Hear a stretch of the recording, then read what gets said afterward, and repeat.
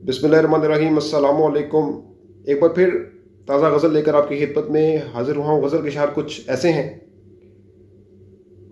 एक दिल था जो उस पर वार बैठा, एक दिल था जो उस पर वार बैठा, मैं अपने पाँव पर कुल्हाड़ी मार बैठा।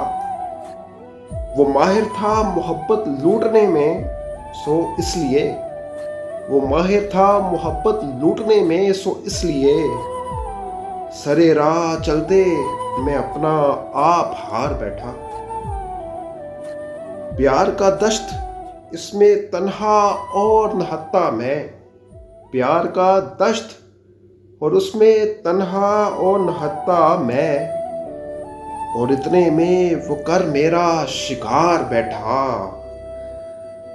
वो जान बूझ कर मुझे जान जान कहता था, वो जान बूझ कर मुझे जान जान कहता था।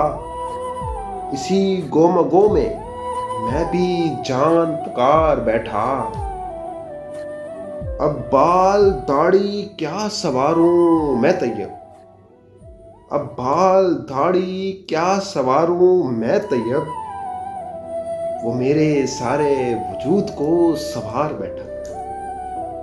एक दिल था जो उस पर वार बैठा, मैं अपने पाँव पर कुल्हाड़ी मार बैठा। बहुत शुक्रिया।